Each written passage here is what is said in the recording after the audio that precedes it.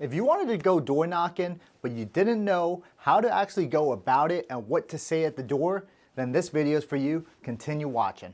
Before we dive into the actual script of door knocking, I want to go over some of the basic principles when it comes to door knocking and why it's so efficient. Door knocking has been known to be one of the highest conversion ratio in any industry. All right, and the reason for that is because you have the human touch, the face-to-face connection that a lot of the times when we're over the phone, it's a lot harder to actually connect. And as you know as well, there are a lot of people out there that are keyboard warriors or phone warriors where they're as nasty on the phone.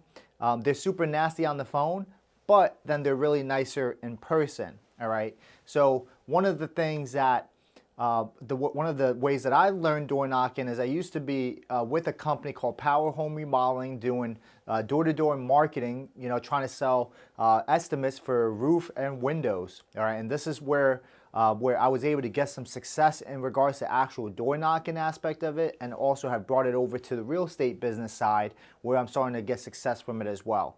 All right, so let's go over a couple of basic principles. One, when you're going door knocking, actually don't dress up in a suit like what I am wearing at the moment, because it'll actually decrease the chances of someone opening up the door.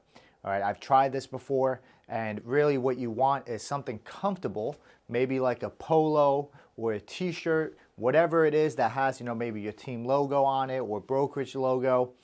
You want to be more casual, all right? So khakis or shorts, cargo shorts, whatever it may be, all right?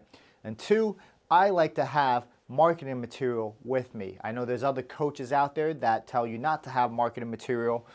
For me, I think it doesn't hurt to leave them with something tangible, because a lot of times what people will do is they'll hang it up on their fridge or they'll put it on their countertop, and they'll store it for when that time comes when they are ready. And it's definitely happened to me where leads call after they've got my information up on their fridge for the past year. All right, so that's at least what I like to do. Bring marketing material with me. All right, and then three, we want to keep in mind that we're in front of a stranger's door. All right, so we want them to feel comfortable as much as possible. So what you'll want to do is not be super close to them.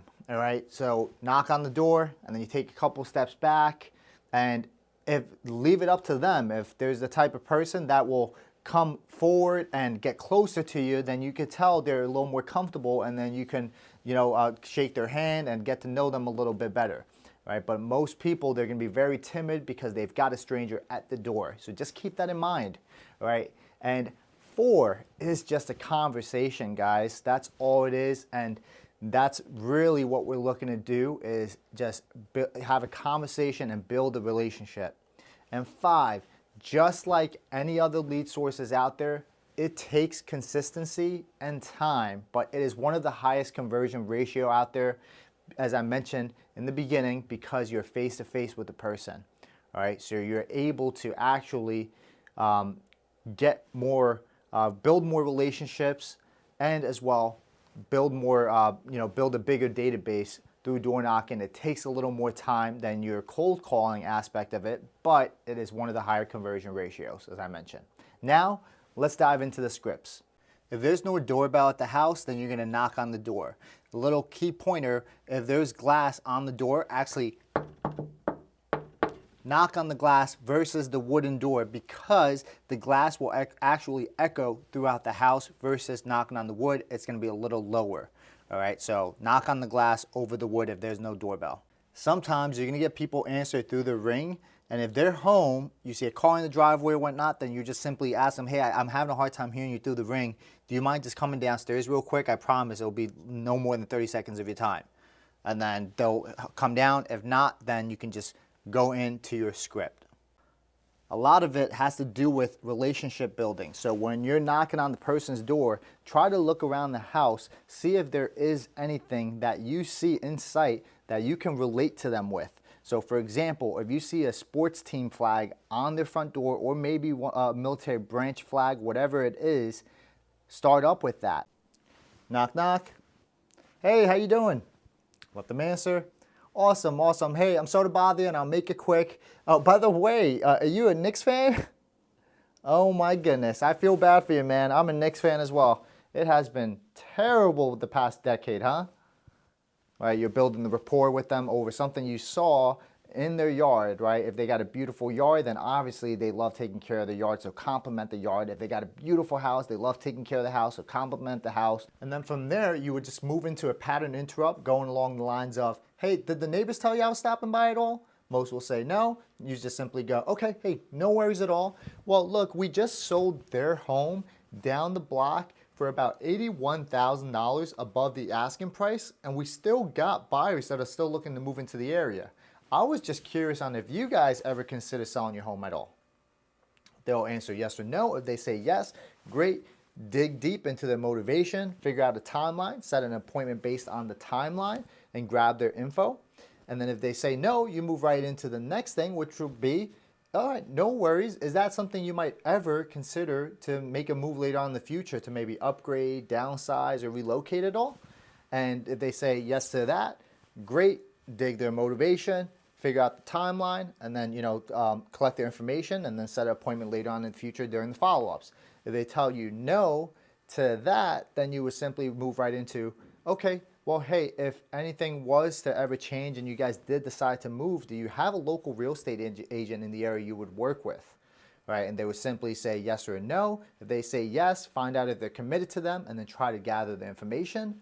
If they say no, then you would simply jump right in and say, okay, well, hey, if anything was to ever pop up, I'd love to see what we could do to help out. We actually keep a good amount of your neighbors informed on what's going on in the market and how their property value is via email on a monthly basis. Would you be offended if I emailed you over my information to keep on file so this way you can reach back out in case you ever have any questions or need any resources? And during that time frame, we'll just provide you valuable information on what you can do with your property value and what's going on in the market. And they'll simply say yes or no to that. And then if it's a yes, you're going to gather the information and then just throw them into your database, follow up, and provide value over time like you mentioned.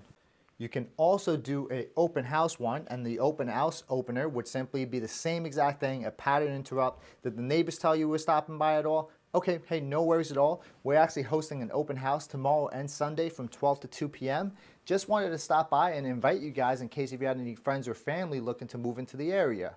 Would you happen to know anyone that might be looking to move into the area? Yes or no, right? And then you're going to qualify. And then same exact thing, you're going to move right into, would you ever consider upgrading, downsizing, relocating, right? So that's how you do the open house. And if you have nothing at all whatsoever, then you can move right into the, seeing if they would consider upgrading, if they would consider selling and then upgrading, downsizing, or relocating, right? And then providing them value via email, just simply along the lines, as I mentioned before, we keep a lot of neighbors informed of what's going on in the market and how their property value is affected on a monthly basis. Would you be offended if I emailed you over my information and kept you informed on what's going on? Most people will say no problem at all, and then you're going to throw them into your database. Thanks for tuning in, and if you found that information valuable, smash that like button and consider subscribing. We drop content on a daily basis, and we do this for absolutely free, so this helps YouTube know that we're doing a good job in providing you guys value. And please comment down below on if you have any questions or feedback or whatever it may be. I'd love to chat, all right?